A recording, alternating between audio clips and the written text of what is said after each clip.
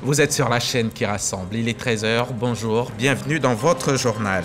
Le Premier ministre a été hier jeudi à San Pedro où il a présidé la cérémonie de pose de première pierre d'une usine de transformation de cacao d'une valeur de 73 milliards de francs CFA avec une capacité de transformation de 64 000 tonnes de fèves de cacao par an. Une contribution à la politique de transformation locale du cacao impulsée par le chef de l'État. Conférence de presse commune entre la direction des examens et concours et la direction générale du Trésor.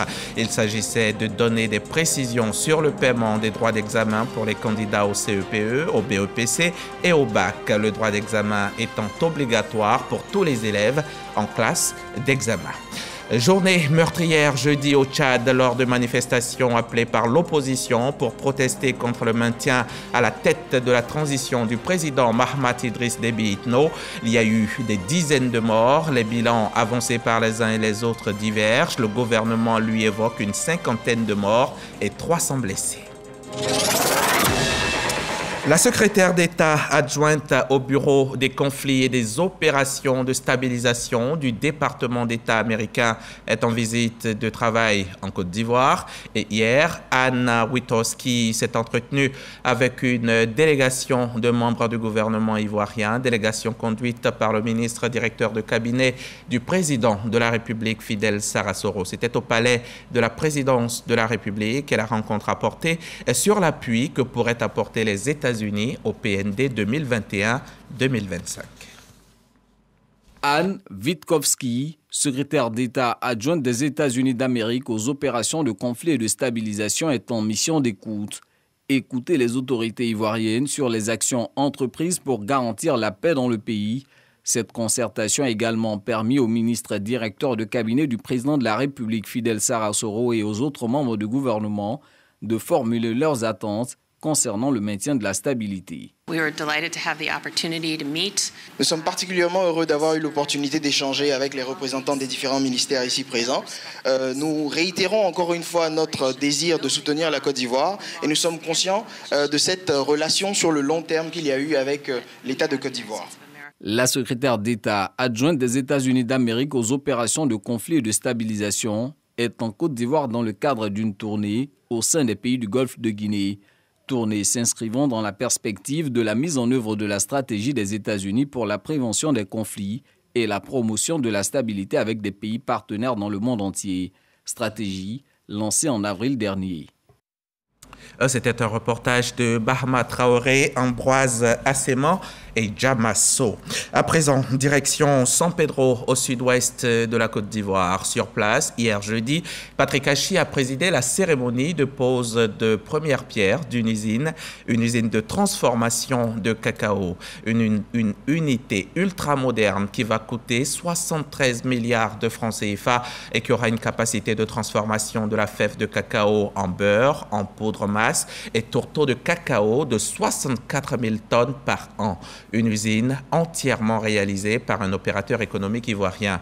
Depuis San Pedro, le compte-rendu de Jean-Louis Gbangbo et Ulrika Dongo. C'est sur les terres de Djirogne Payo, sur l'axe San Pedro-Meyagui, que le Premier ministre Patrick Hachi a posé la première pierre de Atlantic Cocoa Corporation, une unité de transformation de la fève de cacao en beurre, tourteaux, poudre et masse de cacao. Un investissement signé Atlantic Group de l'homme d'affaires ivoirien, Konedo Songui. Le président Alassane Ouattara a en effet invité ses concitoyens à débrider le potentiel de la Côte d'Ivoire par des réformes structurelles courageuses et un programme d'investissement ambitieux pour transformer le binôme café-cacao, binôme trop longtemps resté à la limite inférieure de l'échelle des valeurs. Un projet de transformation de cacao d'une capacité de 64 000 tonnes au démarrage et très rapidement qui pourra monter à 100 000 tonnes. Parce qu'au niveau de certains ateliers, on est déjà à 100 000 tonnes de capacité par an. Un quai d'empotage des conteneurs qui vont servir à emporter nos différents produits finis, des laboratoires, des bureaux, une infirmerie, une cantine pour le personnel et divers bâtiments annexes. Un investissement de 73 milliards de francs CFA qui sera bâti sur une période de 24 mois sur une surface de 9 hectares. Un investissement qui augure de bonnes nouvelles aussi bien pour la jeunesse que pour l'agriculture ivoirienne. La création d'une usine de transformation du cacao s'inscrit dans la droite ligne des axes stratégiques de la politique de développement du secteur agro-industriel et dont l'objectif principal est le renforcement de la chaîne des valeurs agricoles à travers la transformation de nos matières premières au niveau local. C'est aussi un événement majeur pour San Pedro, car créer une usine sur un territoire donné, c'est agir pour dynamiser l'activité économique du dit territoire. S'il se réjouit de l'importante contribution que cet investissement va apporter à la politique de transformation locale du cacao, le Premier ministre a surtout lancé un appel aux opérateurs économiques nationaux pour une participation plus accrue dans les investissements agricoles. Quels que soient les investisseurs privés qui viendront investir chez vous pour transformer, pour développer, ils ne pourront jamais mieux faire que ceux qui habitent le pays eux-mêmes. On a besoin de leur savoir-faire, mais il faut également de façon endogène que nous, dans notre pays, nous puissions voir émerger des hommes, de grands industriels comme vous, qui inspirent des générations et qui aident le pays à grandir. C'est également l'opportunité, au nom de son Excellence, Monsieur le Président de la République, d'interpeller et d'appeler tous les cadres ivoiriens qui en ont l'opportunité, qui en ont les moyens d'investir dans l'agriculture, d'investir dans la transformation agricole, parce que ce sont également des secteurs qui peuvent générer des ressources extrêmement importantes. Atlantic Cocoa Corporation créera à terme environ 400 emplois directs et 1300 emplois indirects. San Pedro confirme ainsi son statut de terre du cacao. La ville héberge déjà le premier port d'exportation de cacao ainsi que 3 unités fonctionnelles de transformation du cacao. 2 autres unités sont en cours de finition. Et après la pose de la première pierre de cette usine, le chef du gouvernement est allé lancer le Farming Innovation Programme. C'est donc un programme d'incubateur et d'accélérateur de start-up avec la particularité de promouvoir et accompagner les idées innovantes dans le domaine de l'agriculture, quand le digital donne un coup de pouce à l'agriculture en améliorant la compétitivité de ses acteurs. On en sait plus avec Jean-Louis Bongo, notre envoyé spécial à San Pedro. Faire éclore les idées innovantes qui peuvent transformer la vie de millions de petits fermiers ou de supporter les jeunes porteurs de projets dans le monde agricole. C'est l'idée fondatrice de Farming Innovation Programme, fruit d'un partenariat entre le groupe OCP Africa et l'incubateur marocain AgriEdge en faveur de la création d'un écosystème agricole intelligent. Cette année, on a dit qu'il y a des contraintes qu'il faut qu'on les prenne en compte, des contraintes locales, comme ce que nous avons ici en Côte d'Ivoire, une agriculture qui est différente des autres pays, des défis qui sont différents des autres pays. Pour cette raison, nous avons lancé une édition spécifique qu'on a appelée Farming Innovation Programme édition Côte d'Ivoire, dont l'objectif c'est prendre en compte les défis de l'agriculteur ivoirien et développer des solutions adaptées avec ses besoins afin qu'il puisse tirer au maximum de l'agriculture en s'appuyant sur le digital. Les technologies digitales, plus que jamais, une nécessité pour améliorer la compétitivité des agriculteurs ivoiriens. Une réalité qui motive l'implication du gouvernement dans ce projet novateur, avec San Pedro comme point d'ancrage. L'utilisation des nouvelles technologies de l'information constitue ainsi une formidable opportunité pour maximiser les effets de la croissance économique de notre pays à travers la création d'emplois de meilleure qualité et plus productif dans l'agriculture. L'agriculture de précision, favorisée par les nouvelles technologies, offre des informations pour aider les agriculteurs à optimiser et à augmenter la qualité de la productivité dans plusieurs domaines clés, notamment l'efficacité de l'utilisation des ressources dont l'eau, la durabilité, la rentabilité, la productivité et la qualité. Les candidats start-up qui seront sélectionnés dans le cadre de ce programme auront accès à des phases de mentorat et d'accompagnement pour la mise en œuvre des solutions qu'ils auront conçues. Ce, pour répondre aux défis des petits agriculteurs et des coopératives agricoles.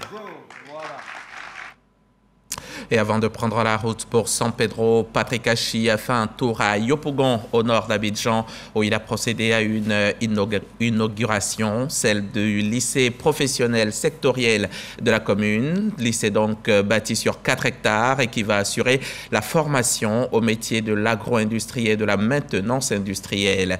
Ce lycée professionnel sectoriel permettra donc à terme d'augmenter de façon substantielle et progressive le taux de scolarisation qui passera ainsi de 5% à 20% d'ici à 2030. Ces images nous sont rapportées par Alexis Ouedraogo, son reportage complet à suivre dans nos prochains journaux.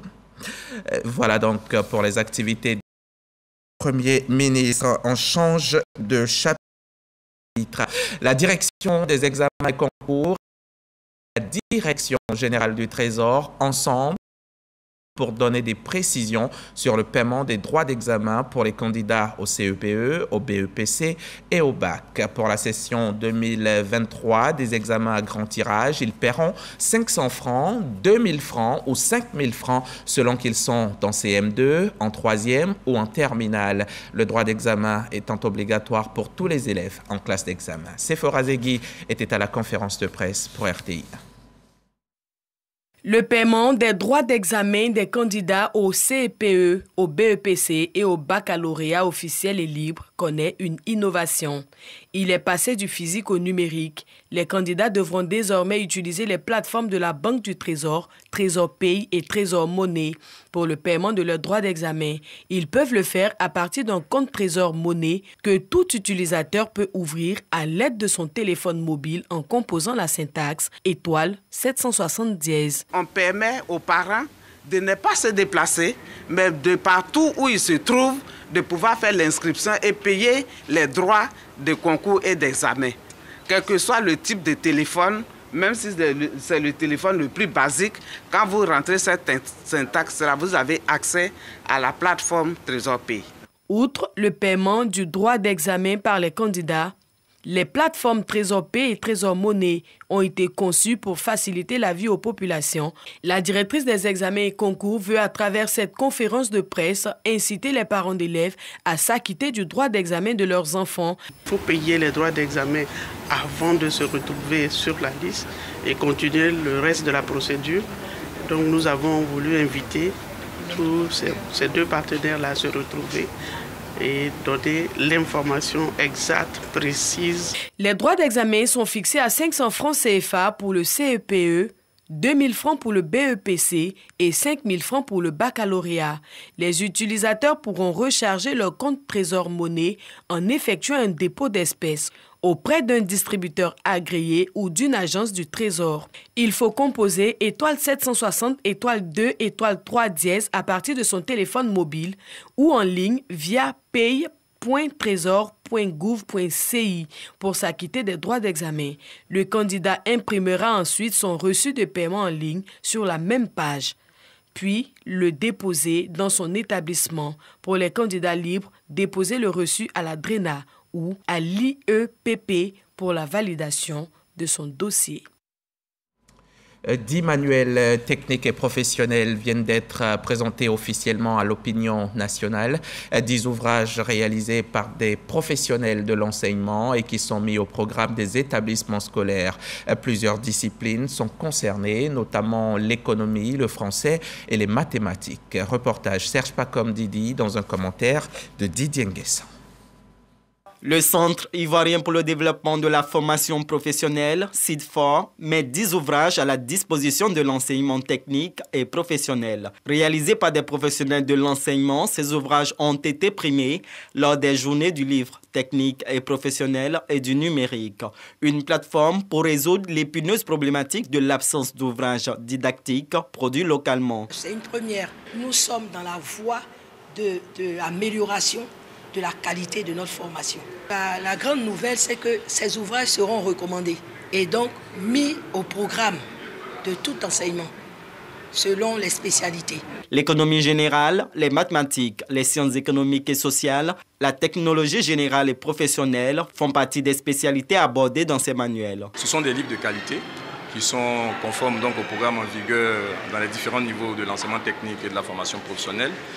Nous sommes également des enseignants expérimentés parce qu'au minimum c'est 10 années d'expérience. Du contenu didactique local qui apporte une solution durable à l'instruction et à la formation des apprenants. Monsieur le ministre, dans le cadre donc de ses activités du ministère, a un grand programme, celui de l'Académie des talents et l'école de la deuxième chance. Et les livres qui aujourd'hui font l'objet de notre cérémonie font partie d'un des axes des dispositifs de qualification des apprenants. Et c'est donc à ce titre-là qu'il porte un intérêt particulier à cette cérémonie du jour.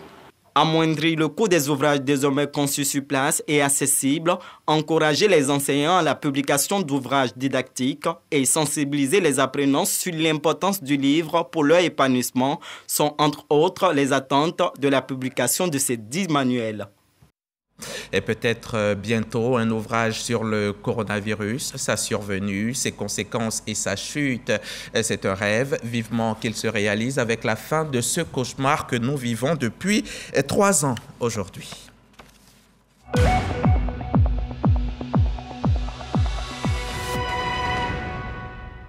Et en 3 années, le petit monstre a fait des ravages. Il a tué jusqu'à 6,58 millions d'hommes et de femmes pour 627 millions de malades. À l'échelle nationale, ici en Côte d'Ivoire, les autorités de santé ont enregistré à ce jour 87 676 cas confirmés, 827 décès et 63 cas actifs. Les gestes barrières sont donc toujours d'actualité. Se laver par exemple les mains régulièrement et porter une bavette en public. Mais aussi, il faut et surtout se faire vacciner. C'est entièrement gratuit. Allons à Yamoussoukro, la capitale politique de Côte d'Ivoire au centre du pays. On va assister à cette rencontre initiée par le CONAP, le Conseil national pour la nutrition, l'alimentation et le développement de la petite enfance. Une rencontre d'échange et de plaidoyer avec les conseils régionaux pour tenter de juguler le fléau de la malnutrition chez les enfants de moins de 5 ans. Les précisions d'Astou Touré Dagnogo. Après l'installation et l'équipement des comités régionaux de nutrition, une rencontre d'échange et de plaidoyer avec les conseils régionaux est organisée par le Conseil national pour la nutrition, l'alimentation et le développement de la petite enfance, CONAP. À travers donc les 30 régionaux, nous avons créé ce qu'on appelle les FRA, les foyers de renforcement des activités nutritionnelles communautaires. Ce sont des espaces où on a des endroits de jeu qui mettent l'accent sur le développement cognitif de l'enfant, affectif et intellectuel. On apprend à l'enfant dès maintenant, à chaque fois qu'il sort des toilettes, il doit se laver les mains. Le conseil régional, donc, à travers son plan triennal, nous allons leur demander de voir en termes d'investissement dans ces foyers de renforcement de capacité des francs, de construire par exemple des latrines, de construire par exemple ce qu'on appelle les dispositifs de lavage des mains. En termes d'investissement, parce que ce sont des compétences que l'État de Côte d'Ivoire considère aux conseils régionaux. L'atelier est placé sous la présidence du directeur général de la décentralisation et du développement local. Pour la petite enfance, surtout la nutrition, ce sont des problématiques qui sont méconnues dans la collectivité. Au niveau de l'enfance, 2 éléments essentiels. Vous avez d'abord l'existence juridique de l'enfant, donc il faut que l'enfant ait un acte de naissance. Et ça, en utilisant le principe de subsidiarité, c'est la commune qui s'en occupe. Donc si l'enfant existe, il faut qu'il grandisse et pouvoir participer au développement plus tard. Mais pour cela, il faut qu'il soit bien nourri. Des travaux en plénière et présentations suivies d'échanges ont meublé cette rencontre. Au terme de cet atelier, les collectivités décentralisées auront une bonne compréhension de la question nutritionnelle et s'engageront à accompagner le CONAP dans ses efforts de lutte contre la malnutrition. On reste à Yamoussoukro encore un moment. Le ministre des Eaux et Forêts s'y trouve depuis quelques 48 heures dans le cadre d'une mission de travail. Hier, Laurent Tchagba a échangé avec les rois et chefs traditionnels au sujet de la reconstitution du couvert forestier national. Et à la suite de leurs échanges, les têtes couronnées ont décidé de s'impliquer pleinement dans le processus de reboisement sur tout le territoire national. Un partenariat a même été signé en présence de Léon Brokwame, notre reporter. Les rois et chefs traditionnels partenaires du ministère des Eaux et Forêts pour la reconstitution du couvert forestier national. En témoigne l'engagement devant le ministre Laurent Tchagba de la Chambre des rois et chefs traditionnels à participer aux activités du comité de pilotage du reboisement en milieu rural.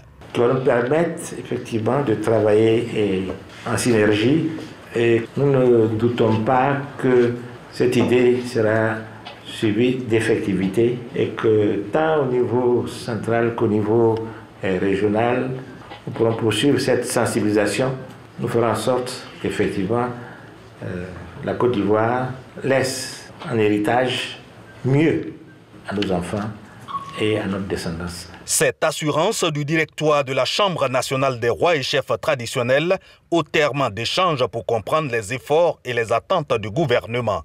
Le ministre des Eaux et Forêts présente les projets une école 5 hectares de forêt, un village 5 hectares de forêt et la protection des forêts sacrées pour atteindre à l'horizon 2030 au moins 6 millions d'hectares de forêt. Sans forêt, il n'y a pas de gîte pour les animaux, il n'y a pas d'eau. Donc pas de vie. Nous devons tous nous mobiliser autour du reboisement. Mais pour faire le reboisement, il faut la terre disponible.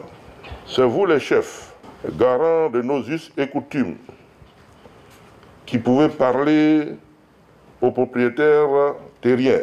Si nous réussissons à respecter cet engagement représentera donc 20% du territoire national en couvert forestier. Aussi expliquer aux rois et chefs traditionnels les avantages des projets du gouvernement pour les populations autant que les retombées de la forêt. Ce patrimoine national de 16 millions d'hectares en 1960 est tombé à ce jour à moins de 3 millions d'hectares. Et pour coller au sujet, je vous emmène dans la région du Béret. Là-bas, les cadres de Marandala disent non à la déforestation et ils mènent des actions dans ce sens. Ils ont lancé récemment une activité de planting d'arbres dans les 25 villages de la sous-préfecture. Kader Sorodogo en était témoin. On regarde. Dans la sous-préfecture de Marandala, la mutuelle des cadres initie une opération de planting d'arbres dans la localité. Une initiative qui s'inscrit dans le cadre de l'opération Un jour, 50 millions d'arbres, initiée par le ministère des Eaux et Forêts pour la restauration du couvert forestier en Côte d'Ivoire. Une action soutenue par les autorités locales avec l'appui de la Direction régionale des Eaux et Forêts. Nous devons tous retrousser aux manches pour planter les arbres. Notre collectif, qui se veut proactif, mène des actions locales qui créeront à coup sûr des impacts mesurables, clairs dans nos communautés. Le colonel Lassana Bakayoko, directeur des écoles de la gendarmerie nationale, invite les populations de Marandala à s'approprier cette campagne de planting d'arbres afin d'assurer une nouvelle couverture forestière à la Côte d'Ivoire d'ici 2030. L'objectif visé par cette opération, c'est de lutter, n'est-ce pas, contre la déforestation en contribuant à planter des arbres, de que demain ces arbres puissent renforcer le couvert forestier. L'opération de planting d'arbres s'effectuera dans les 25 villages de la sous-préfecture de Marandala.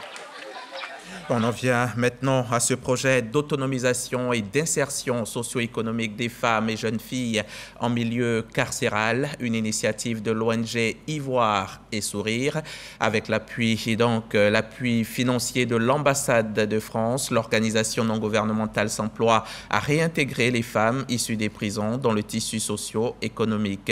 Elles bénéficieront donc de 12 mois de formation en alphabétisation, en leadership et dans les métiers de la pâtisserie et de l'esthétique. Reportage Khalil Diomondé et Jean-Marc Djedji. En février 2021, on dénombrait 448 femmes détenues dans les prisons de Côte d'Ivoire, selon une enquête du Conseil national des droits de l'homme. Des femmes bien souvent laissées pour compte et mises en marge du développement du pays.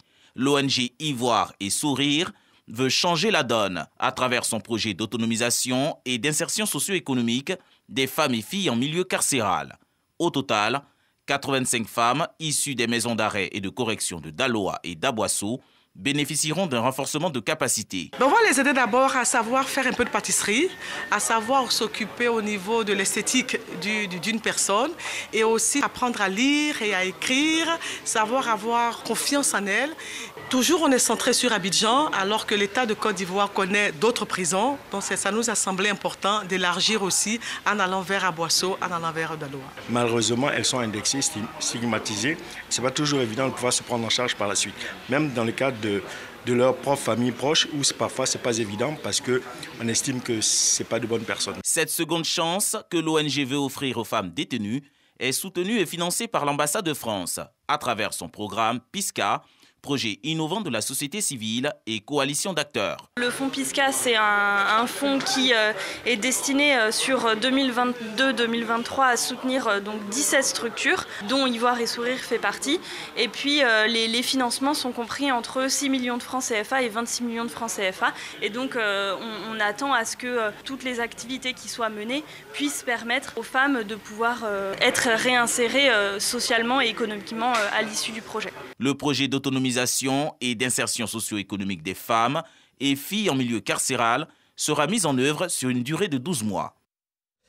On a un petit mot de sport dans cette édition. C'est avec le ministre Paulin-Claude Danhaut qui a présidé hier une cérémonie de remise de la cartographie aux différentes fédérations sportives nationales, des fédérations qui sont au nombre de 82. Le reportage de nos confrères de RTI Sport, Arsène Kouassi et Jean-Sylvain Ressot. Le sport ivoirien dispose désormais d'une cartographie des fédérations sportives. Ce manuel de procédure de gestion des fédérations sportives donne des informations précises sur le nombre de licenciés, le nombre de clubs, la localisation des sièges, la performance des athlètes, la date de création des fédérations et leur affiliation au niveau international sont entre autres quelques données consignées dans ce document. La cartographie a pour mission de nous permettre d'avoir un outil d'aide à la décision, assurer la présence des fédérations sur l'ensemble du territoire national pour qu'elles puissent jouer leur rôle d'animation, de détection et surtout de donner de la visibilité au sport. C'est ainsi que nous pourrons créer un écosystème favorable au développement de l'économie sportive. Un sentiment partagé par les dirigeants de fédérations qui saluent l'initiative de cette cartographie qui assurément servira de guide pour mieux développer leurs activités et pourquoi pas les rendre plus attrayants auprès de potentiels sponsors. Quel est le reproche fondamental qu'on nous fait? C'est le fait que nos activités soient d'une manière générale regroupées toutes à Abidjan.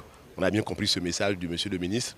Nous allons faire en sorte que les saisons prochaines, nous puissions, n'est-ce pas, nous développer, nous implanter davantage à l'intérieur du pays. On est assez satisfait de la professionnalisation du sport par la mise en place de bases de données qui permettra à toutes les fédérations d'avoir un baromètre d'évaluation et de développement. Sur 53 fédérations agréées, nous sommes parmi les 3 premiers. Nous sommes la 2e représentation nationale.